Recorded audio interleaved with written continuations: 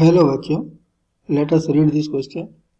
Consider the charge configuration and spherical Gaussian surface as shown in the figure. When calculating the flux of the electric field over the spherical surface, the electric field will be due to.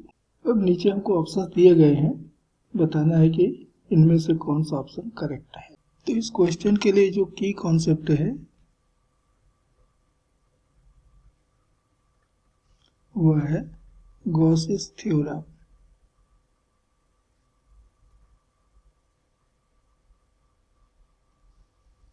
अब हमें मालूम है कि electric flux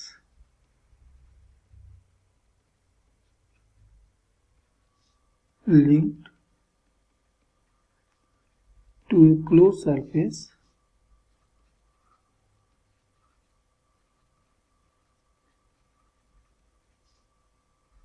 is given by, और हम इसी को Gauss's theorem भी कहते हैं।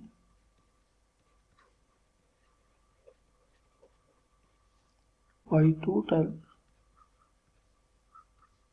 जो कि हम देते हैं close integration of E dot D S along the closed surface, और ये बराबर होता है Q enclosed by the surface upon epsilon 0। तो यहाँ जो E है, it is electric field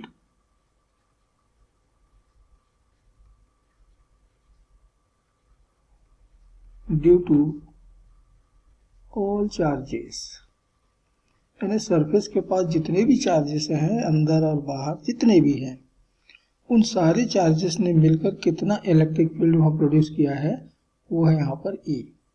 और इसलिए यहाँ जो करेक्ट आंसर होगा वो होगा ड्यू टू ऑल चार्जेस। तो जो फ्लक्स होता है ये डिपेंड करता है केवल एनक्लोज चार्जेस पर, क्योंकि जैसे कि Q2 हमारा सरफेस के बाहर का चार्ज है,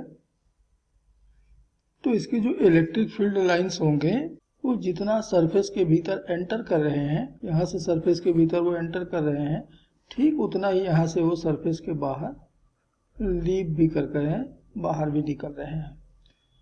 अब जो इलेक्ट्रिक फील्ड लाइन सरफेस के भीतर एंटर करते हैं वो निगेटिव फ्लक्स देते हैं, और जो सरफेस से बाहर जाते हैं वो पॉजिटिव फ्लक्स देते हैं। तो जितना निगेटिव फ्लक्स इसने कंट्रीब्यूट किया है टू द सरफेस, ठीक उतना ही पॉजिटिव फ्लक्स भी उसने कंट्रीब्यूट कर दिया है, और इसलिए net contribution of this charge में means the outside charge towards the flux to a close surface is always equal to 0।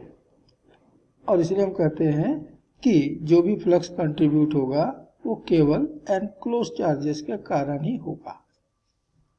लेकिन जो इलेक्ट्रिक फील्ड होता है ये डिपेंड करेगा, ये दिया जाएगा due to all the charges, और इसलिए हमारा ऑप्शन सी यहाँ पर करेक्ट ऑप्शन होगा। Hope you understood it well. Best of luck.